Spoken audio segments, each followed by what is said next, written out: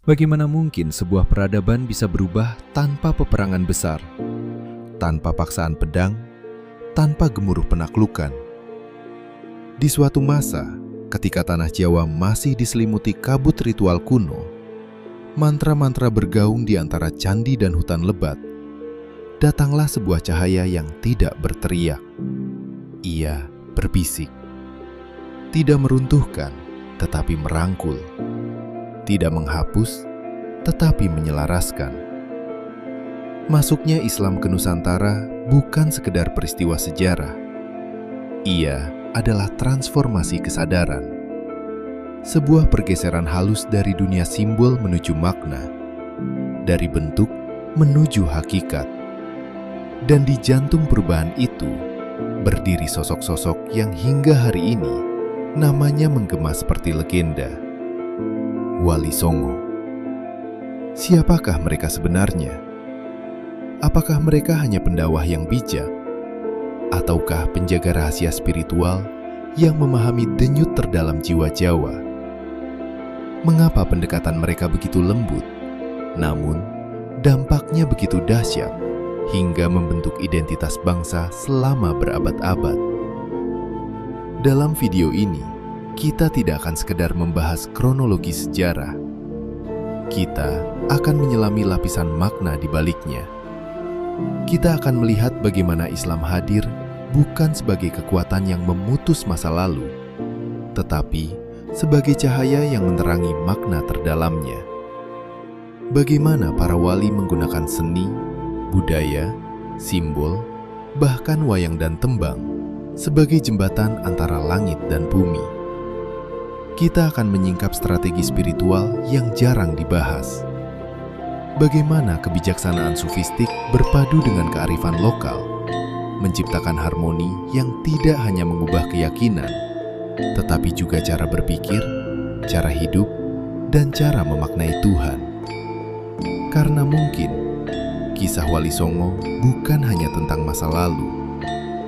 Mungkin ia adalah cermin yang menunjukkan bagaimana perubahan sejati selalu dimulai dari dalam, dari kesadaran, bukan dari kekuasaan. Dan pertanyaannya sekarang adalah, apakah kita masih memahami warisan itu? Sebelum cahaya Islam menyentuh pesisir Jawa, Nusantara telah lama menjadi persimpangan peradaban. Kapal-kapal dari Gujarat, Persia, Tiongkok, dan Arab berlabuh di pelabuhan-pelabuhan seperti Gresik dan Demak, membawa rempah, kain, dan gagasan. Jauh sebelum Wali Songo dikenal sebagai legenda, jejak Islam telah hadir secara halus melalui para pedagang dan sufi pengembara. Mereka bukan penakluk, mereka adalah musafir ruhani. Dalam tradisi tasawuf, penyebaran kebenaran bukan dilakukan dengan tekanan, tetapi dengan keteladanan. Bukan dengan perdebatan keras, tetapi dengan akhlak yang memantulkan cahaya batin.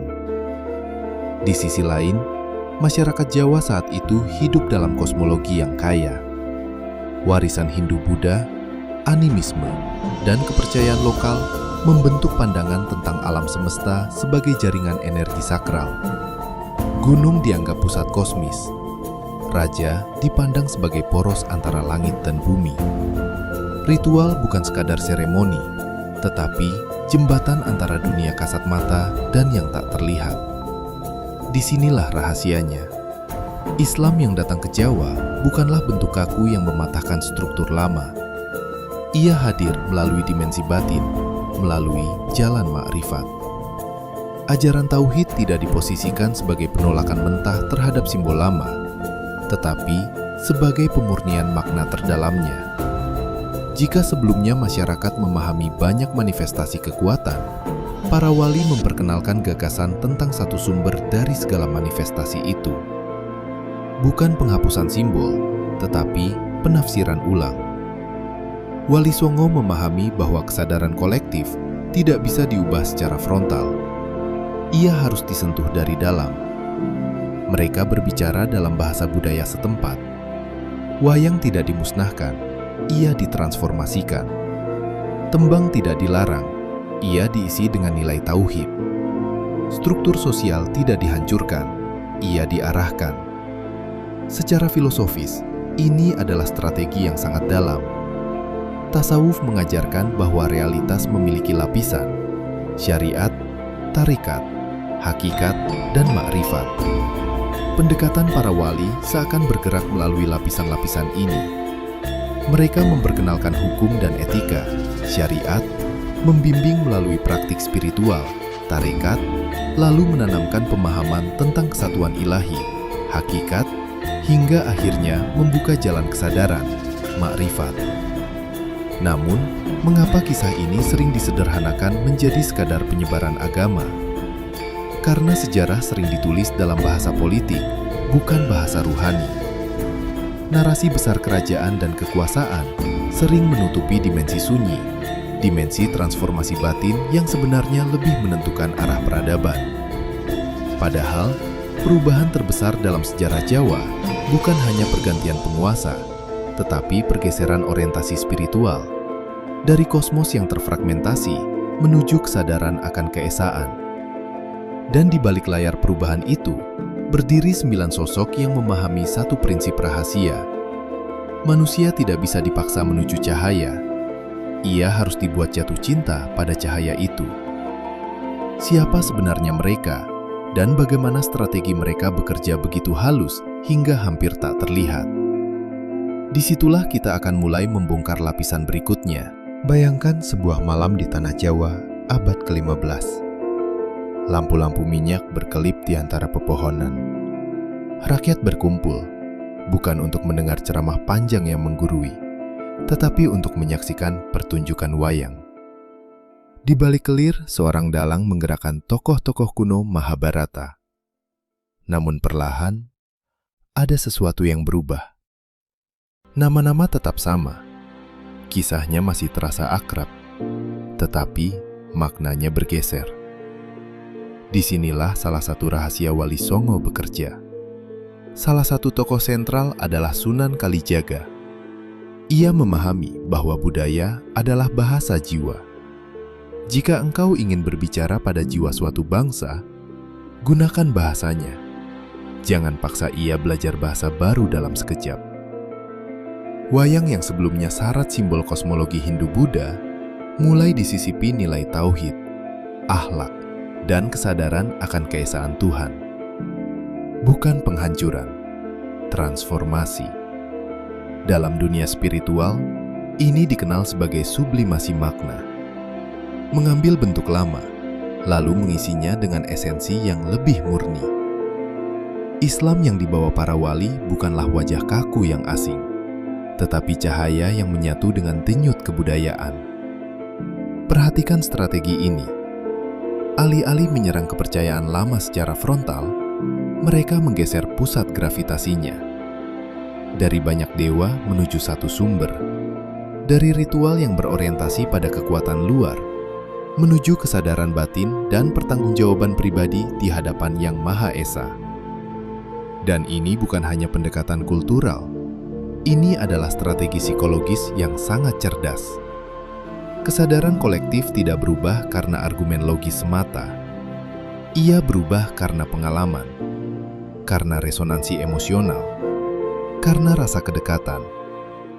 Ketika masyarakat menyaksikan tokoh-tokoh wayang berbicara tentang keadilan, kejujuran, dan ketundukan pada Tuhan yang satu, pesan itu masuk tanpa perlawanan. Sementara itu, di pesisir utara Jawa, figur seperti Sunan Gresik dan Sunan Ampel membangun pusat-pusat pendidikan. Bukan sekedar tempat ibadah, tetapi ruang pembentukan karakter. Pesantren bukan hanya mengajarkan hukum agama, tetapi membentuk mentalitas baru. Mentalitas disiplin, tanggung jawab, dan kesadaran moral. Di sini kita melihat dua pendekatan yang berjalan bersamaan, budaya dan struktur sosial. Budaya menyentuh hati, struktur membentuk peradaban. Dan ada satu hal yang sering luput dari pembahasan populer, jaringan. Wali Songo bukan 9 individu yang berjalan sendiri-sendiri. Mereka adalah jaringan spiritual dan intelektual, sebuah sinergi. Mereka memahami geopolitik, memahami ekonomi perdagangan, memahami struktur kekuasaan. Perubahan spiritual tidak berdiri di ruang hampa. Ia harus ditopang oleh stabilitas sosial dan politik. Itulah sebabnya muncul pusat-pusat kekuasaan baru yang selaras dengan nilai Islam, seperti Kesultanan Demak. Namun sekali lagi, kuncinya bukan dominasi militer, melainkan legitimasi moral. Mereka membangun kepercayaan, dan kepercayaan adalah fondasi paling kuat dalam perubahan peradaban. Namun ada dimensi lain yang lebih dalam lagi. Pendekatan para wali syarat dengan corak tasawuf. Ajaran tentang penyucian hati, tentang mengenal diri untuk mengenal Tuhan. Ini selaras dengan tradisi mistik Jawa yang telah lama menghargai laku batin. Di titik inilah terjadi resonansi besar. Islam tidak terasa asing karena ia berbicara tentang perjalanan batin, sesuatu yang sudah akrab dalam jiwa masyarakat. Tetapi di balik harmoni ini, muncul pertanyaan yang jarang diajukan. Apakah semua proses itu berjalan tanpa gesekan? Apakah transformasi sedalam itu benar-benar mulus? Dan apakah benar para wali hanya bergerak di permukaan budaya? Atau ada lapisan strategi yang jauh lebih rahasia, yang hanya dipahami oleh segelintir orang? Untuk menjawab itu, kita harus menyelam lebih dalam lagi ke wilayah simbol, konflik sunyi, dan pergeseran kekuasaan yang tak banyak dibicarakan. Di balik harmoni yang sering kita dengar, sejarah selalu memiliki lapisan bayangan. Transformasi besar jarang terjadi tanpa gesekan. Ketika kesadaran kolektif mulai bergeser, pasti ada tarik-menarik antara yang ingin mempertahankan bentuk lama dan yang merasakan panggilan makna baru. Salah satu kisah paling simbolik dalam narasi ini adalah figur Sunan Bonang dan dialognya dengan para pencari kebenaran yang masih terikat kuat pada mistisisme lama. Ia tidak serta-merta mematahkan ajaran sebelumnya. Ia menyaringnya.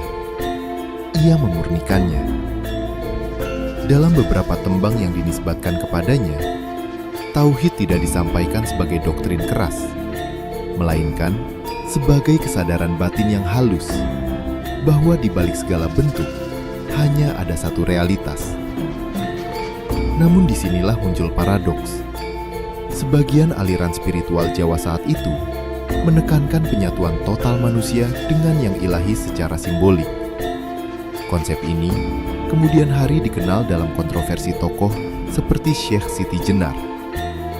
Ia sering digambarkan sebagai figur yang menekankan dimensi batin ekstrim, bahwa hakikat ketuhanan dapat dialami secara langsung hingga batas yang sulit dipahami masyarakat umum. Apakah kisah ini sepenuhnya historis? Ataukah ia simbol dari perdebatan teologis yang lebih dalam? Disinilah lapisan rahasia itu terbuka.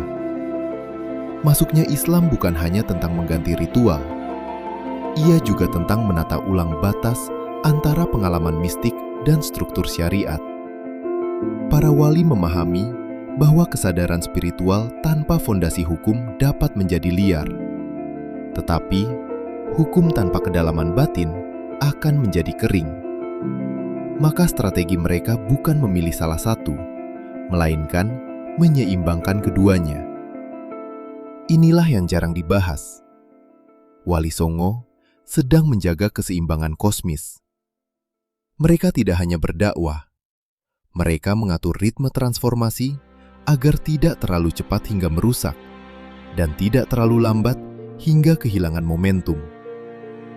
Perhatikan bagaimana seni tetap hidup, gamelan tetap berbunyi, tradisi selamatan tetap ada, tetapi diberi orientasi baru, doa kepada Tuhan Yang Esa. Ini bukan kompromi akidah, melainkan proses edukasi bertahap. Sebuah metode yang dalam dunia spiritual dikenal sebagai tadaruj, bertahap. Dan di sisi lain, muncul mitos bahwa Islam di Jawa adalah sinkretik, dalam arti melebur tanpa batas. Ini sering menjadi kesalahpahaman. yang sebenarnya terjadi lebih halus. Islam tetap menjaga inti tauhidnya, namun ia memahami bahwa manusia hidup dalam simbol. Maka simbol tidak dihancurkan secara brutal, ia diarahkan. Seperti air yang mengalir mengikuti bentuk wadah, tetapi tetap air yang sama, jernih, menyegarkan, dan memiliki esensinya sendiri. Ada pula dimensi geopolitik yang tak kalah penting. Ketika kekuasaan Majapahit melemah, ruang kosong kekuasaan tercipta. Perubahan spiritual berjalan berdampingan dengan perubahan politik. Namun jika kita melihat lebih dalam, kekuatan Islam di Jawa bukan bertumbuh pada senjata, melainkan legitimasi moral dan jaringan ulama. Mereka membentuk pusat pembelajaran, memperkuat ekonomi perdagangan, dan membangun komunitas yang saling terhubung. Ini adalah revolusi sunyi, tidak gaduh, tetapi sistematis. Dan mungkin inilah pelajaran terdalamnya. Perubahan terbesar tidak selalu terjadi melalui konfrontasi terbuka. Ia terjadi melalui infiltrasi nilai, melalui pendidikan generasi, melalui pembentukan karakter, melalui transformasi cara pandang. Namun semua ini menyisakan satu pertanyaan yang lebih personal. Jika para wali mampu mengubah wajah peradaban dengan pendekatan yang begitu halus dan visioner, apa sebenarnya rahasia kekuatan batin yang mereka miliki? Dan lebih jauh lagi, apakah warisan itu masih bisa kita akses hari ini di tengah dunia modern yang bising dan terpecah? Sekarang, mari kita tarik kisah ini keluar dari abad ke-15 dan membawanya ke ruang hidup kita hari ini. Apa sebenarnya warisan terdalam dari masuknya Islam dan peran Wali Songo? Bukan sekadar fakta sejarah, bukan sekadar nama-nama yang dihafal, tetapi sebuah metode transformasi. Para wali menunjukkan satu prinsip yang sangat relevan untuk zaman modern. Perubahan sejati dimulai dari kesadaran, bukan konfrontasi. Lihat strategi mereka. Mereka tidak memulai dengan menyalahkan. Mereka memulai dengan memahami. Mereka membaca budaya sebelum berbicara. Mereka membangun hubungan sebelum memberi arahan. Mereka menguatkan akhlak sebelum memperdebatkan detail. Inilah pelajaran pertama. Kebijaksanaan mendahului aksi. Dalam kehidupan kita, seringkali kita ingin perubahan instan pada diri sendiri, pada keluarga, pada masyarakat. Kita ingin orang lain langsung mengerti, langsung berubah. Tetapi Wali Songo mengajarkan ritme yang berbeda. Mereka bergerak bertahap, konsisten, terukur. Transformasi bukan ledakan. Ia adalah proses penyinaran perlahan. Pelajaran kedua adalah keseimbangan antara lahir dan batin. Para wali tidak hanya membangun simbol spiritual, tetapi juga struktur sosial, pendidikan, ekonomi, jaringan komunitas. Artinya, spiritualitas sejati tidak melayang di awan. Ia membumi. Ia membentuk karakter, etika kerja, dan tanggung jawab sosial. Jika hari ini kita ingin menghidupkan kembali warisan itu, maka prakteknya bukan sekadar ritual. Ia adalah penyucian niat dalam bekerja, kejujuran dalam transaksi, kelembutan dalam berbicara, keteguhan dalam prinsip. Tauhid bukan hanya konsep metafisik. Ia adalah cara melihat dunia, bahwa semua tindakan kita berada dalam satu kesatuan makna, satu orientasi kepada Tuhan Yang Maha Esa. Ketika orientasi itu lurus, hidup menjadi terintegrasi, tidak terpecah antara agama dan dunia. Pelajaran ketiga, dan ini yang paling dalam, adalah kemampuan membaca zaman. Wali Songo memahami konteks masyarakatnya. Mereka tidak memaksakan bentuk luar yang kaku, tanpa mempertimbangkan kesiapan batin kolektif. Ini bukan kompromi prinsip, tetapi kecerdasan strategi. Hari ini, tantangan kita berbeda. Dunia digital, arus informasi, polarisasi, ego yang diperkuat oleh layar. Jika kita meneladani pendekatan para wali, maka respon kita bukanlah kemarahan atau reaksi impulsif, tetapi ketenangan, kedalaman, dan akhlak yang kokoh. Perubahan dimulai dari diri, dari cara kita memperlakukan orang tua, dari cara kita mendidik anak, dari cara kita bersikap di media sosial, dari kesediaan kita untuk belajar sebelum berbicara. Karena sesungguhnya, warisan Wali Songo bukan hanya tentang bagaimana Islam masuk ke Jawa.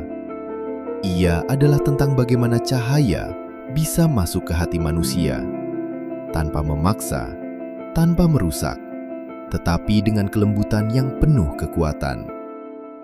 Dan pertanyaannya sekarang bukan lagi tentang abad ke-15. Pertanyaannya adalah, apakah kita siap menjadi pembawa cahaya itu di zaman kita sendiri? Masuknya Islam ke Nusantara bukanlah kisah tentang penaklukan wilayah. Ia adalah kisah tentang penaklukan ego. Bukan tentang mengganti simbol secara kasar, tetapi tentang memurnikan makna secara perlahan. Wali Songo memahami sesuatu yang jarang dipahami manusia modern, bahwa hati tidak bisa dipaksa. Ia hanya bisa disentuh. Mereka membaca zaman dengan kejernihan. Mereka menyatukan ketegasan tauhid dengan kelembutan pendekatan. Mereka membangun peradaban tanpa harus meruntuhkan seluruh fondasi budaya. Mereka menanam nilai, bukan sekedar memenangkan perdebatan. Dan karena itu, pengaruh mereka bertahan berabad-abad. Jika kita merangkum seluruh perjalanan ini, ada 3 kunci yang bisa kita pegang. Pertama, perubahan sejati selalu dimulai dari dalam, dari kesadaran yang jernih tentang siapa kita dan kepada siapa kita kembali. Kedua, spiritualitas yang kokoh selalu seimbang antara batin dan tindakan nyata. Ia membentuk akhlak, bukan sekedar identitas. Ketiga, kebijaksanaan adalah kemampuan membaca konteks tanpa kehilangan prinsip. Warisan Wali Songo bukan hanya cerita masa lalu. Ia adalah cetak biru transformasi. Sebuah peta tentang bagaimana cahaya bisa menyebar tanpa kebisingan. Bagaimana kebenaran bisa mengakar tanpa kekerasan. Bagaimana peradaban bisa berubah melalui karakter. Dan mungkin inilah rahasia terdalamnya. Cahaya tidak pernah memaksa kegelapan untuk pergi. Ia hanya hadir. Dan ketika ia hadir, kegelapan dengan sendirinya memudar. Sekarang pertanyaannya bukan lagi tentang bagaimana Islam masuk ke Jawa. Pertanyaannya adalah, di tengah dunia yang semakin bising dan terpecah, apakah kita masih mampu membawa cahaya itu dengan kebijaksanaan? Atau justru kita kehilangan kelembutan yang pernah menjadi kekuatan terbesar peradaban ini? Jika refleksi ini menyentuhmu, tinggalkan pemikiranmu di kolom komentar. Dan mari kita terus menggali lapisan-lapisan hikmah yang sering tersembunyi di balik sejarah.